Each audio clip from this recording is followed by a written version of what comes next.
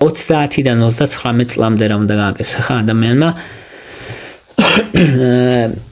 ეს სისხლის წნევის კონტროლი 1-2 წელიწადში ერთხელ, ლიპიდების კონტროლი 4-6 წელიწადში ერთხელ ლიპიდური სპექტრი და გლუკოზა და გლიკირებული ჰემოგლობინი 4-6 წელიწადში ერთხელ, რათა დადგინდეს ხომ არა აქ ადამიანს დიაბეტი ან ინსულინ რეზისტენტობა.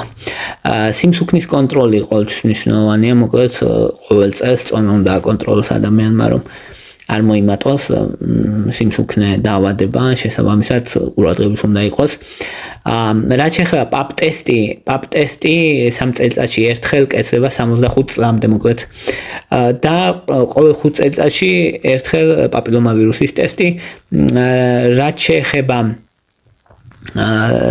სქესობრივი გზით გამდები ინფექციები, ესე ქლამიდია, გონორეა, HIV ინფექცია დროდადრო უნდა გაიკეთოს ადამიანმა თუ სქესობრივად აქტიურია, თუ საეჭვო სქესობრივი ცხოვრება აქვს. საეჭვოში არ გულისხმობ მორალური კუთხით, არამედ გულისხმობ თუ ცოლ-ქმარი არიან მაგალითად და არავის არ აქვს, არც ერთს არ აქვს ურთიერთობა ერთმანეთის გარდა, მათ არ ჭირდებათ რა თქმა უნდა ეს ხელ გაიკეთებენ და მერე აღარ ჭირდებათ, მაგრამ თუ ადამიანს რამდენიმე პარტნიორი ყოლია, მაშინ ჭირდება.